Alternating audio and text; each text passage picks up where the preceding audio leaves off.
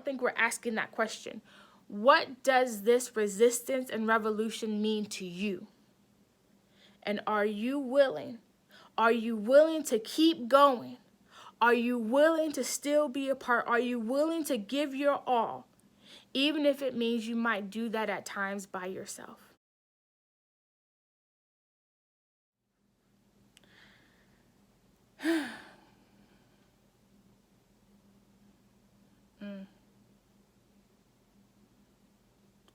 Lord, give me the words to speak, words that are not filled with anger or rage, but words that reflect what it is that you are trying to say to your people. Allow me, Lord, to be an agent of change as compared to a voice among the many who really have no direction. Lord, I know that these feelings are not just my own, that the weight of this is not just from one person, but the entire community, the entire nation, the entire world. But it does not mean, God, that you are not still talking, you're not still speaking, you're not still listening. You gave us words to speak. You gave us tongues to be able to express those things, a mind to be able to ration logic and to also be able to understand. And you gave us a body that feels and knows and understands. And I pray for all of that to be present at this time. In Jesus' name I pray, amen. So, hey guys, I am coming to you a day or so after the Nashville protest that I participated in, and I am wanting to give a little more insight into the things that I witnessed, experienced, and revelations of all of it. If we believe that this is the way towards an end, like an end is in sight, then I'm sorry to say that's not going to be the case. Not because I believe the enemy is winning, but because change and revolution and resistance have to occur. The systems that have continued to be in place, oppressive systems that have continued to be in place, have run their course. Being out there in the midst of it, there are so many things that God was just like, hey, you need to observe this, you need to see this, you need to understand this. The enemy has tactics that they have been using to take out our people for generations. They're strategic in what they're doing. And it's made an impact. That impact is real. There is no reason why the people of God cannot have similar or even better strategies. There's no reason why we are not able to build ourselves in a way that combats the enemy's plans and overcomes. We're so focused on the last ending of the war because we win, right? That we're willing to sacrifice so many for these battles that are being fought unnecessarily. One of the things that I observed was this unity versus self,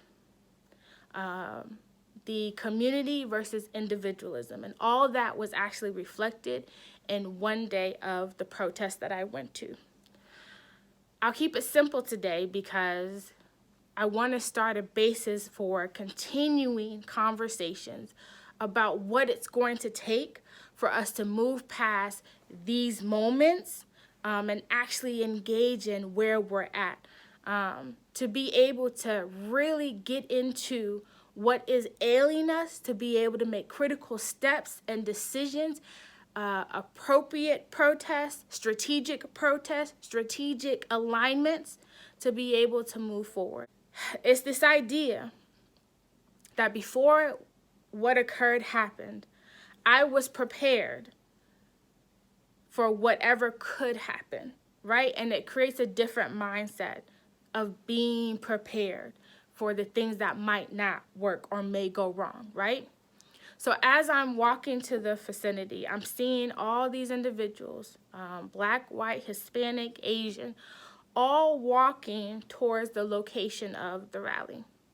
It was so many people. It was like, and it was streams and lines of people with their signs, with their mask up, because we're still in COVID.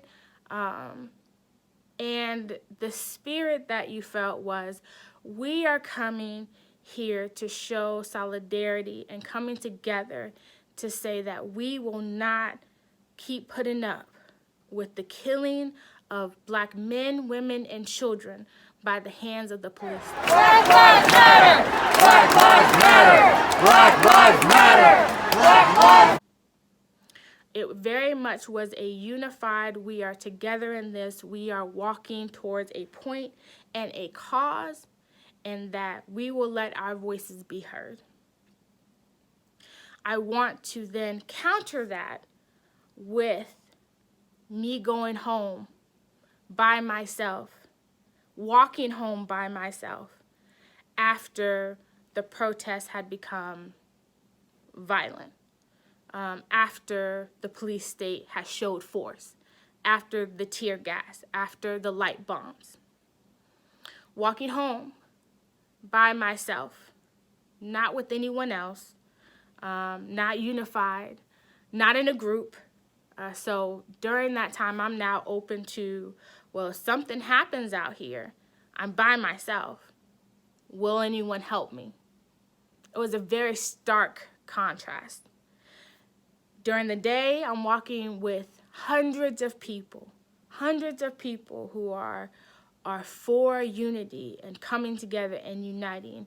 And at night, I'm by myself, having to take the path home, not having those people around, not feeling protected, not feeling a part of.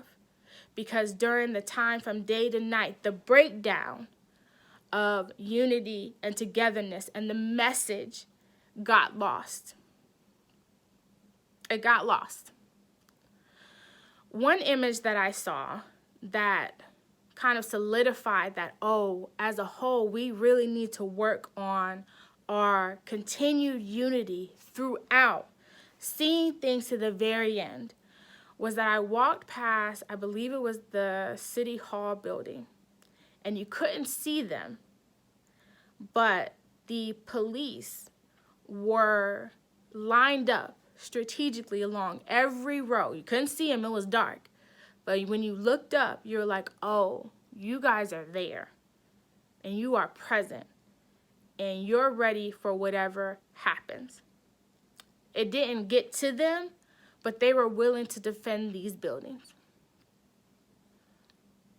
So I say to myself, and this is what I say to you, that if they're ready from the time that it starts to the time it finishes to do what's necessary, then we need to be as well. Our protests cannot be so short-sighted that we only think about what needs to occur from 3 to 5, and you're not thinking about what happens at 10 o'clock at night. For us, there's a long line of officers right here.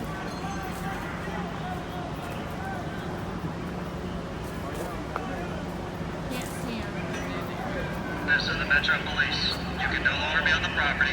You have to disperse.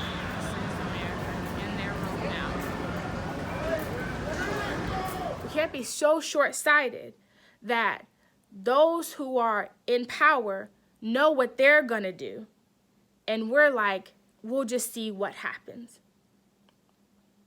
Being out there, I had to ask myself a question. What I had to ask myself, and what I'm asking you is,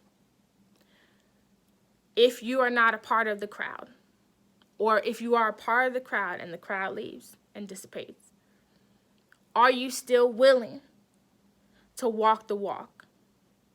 Are you still willing to engage in what's necessary? Are you still willing to fight? Are you still willing to put yourself on the line? Are you still willing to do what's necessary past this moment.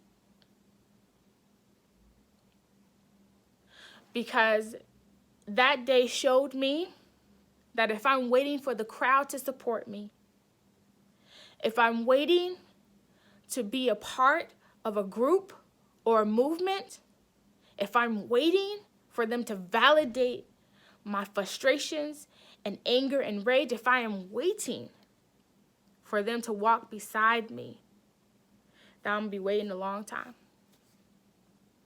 Because we show up when we have the crowd, but what do you do when you no longer are in the crowd? What do you do when it's just you? That's the question I pose.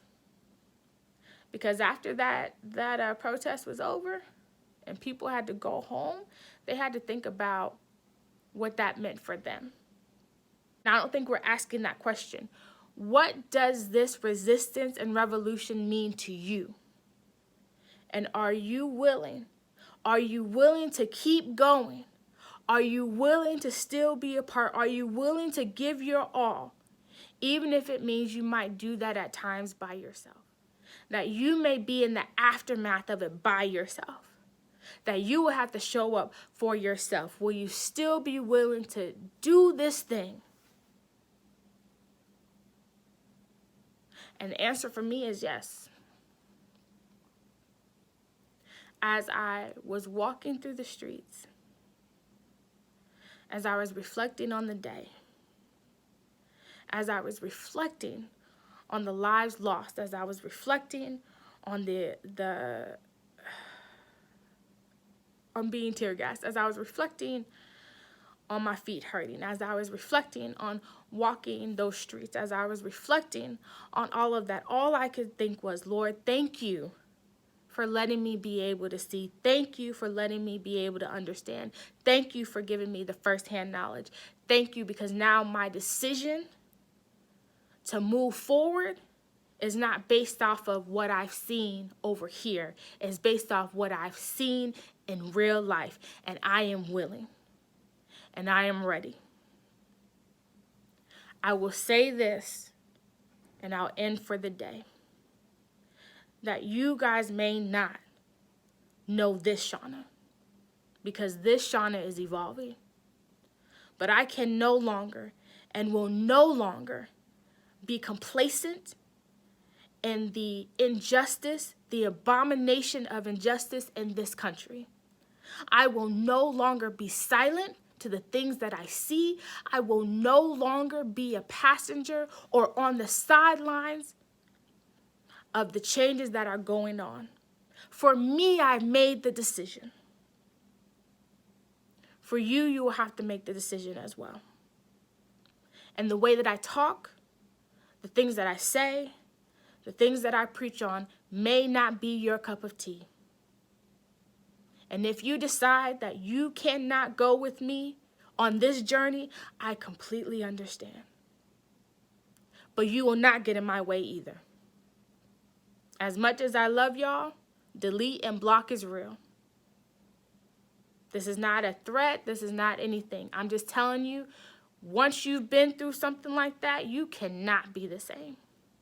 The things that I've seen, the things I saw on that day, the hurt that I saw, the hopelessness that I saw, the anger that I saw, the rage that I saw, the fact that the enemy is attacking our youth like this, is has attacked generations like this, I would be a fool. I would be foolish to continue living in my complacent life. I would be a fool. So that is, I guess, a part of the beginning.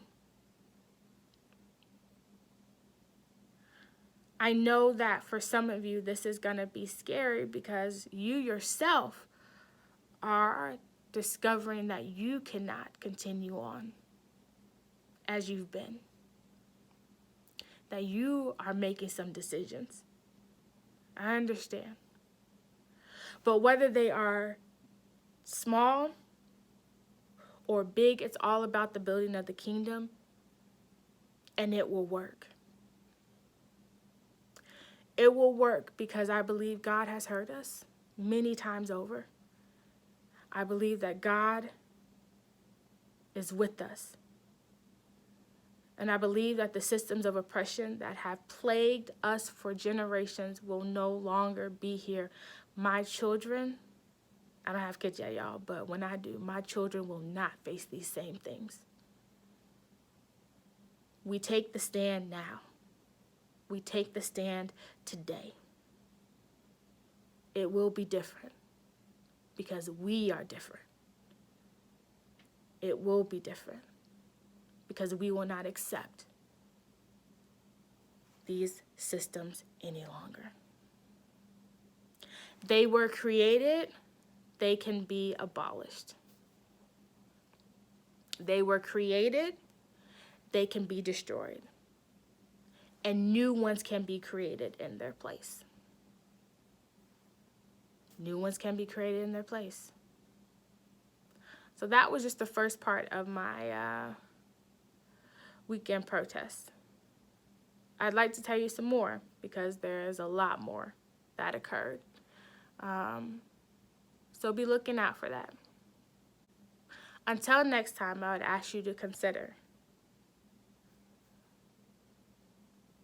if you had to be by yourself, at least for the time, if you, in your pocket of life, had to make a stand by yourself, would you be able to? Would you be willing to? And what would you need to be able to do that? Starting with yourself,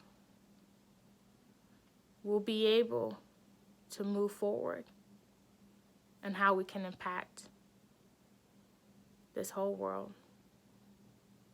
Thank you for watching.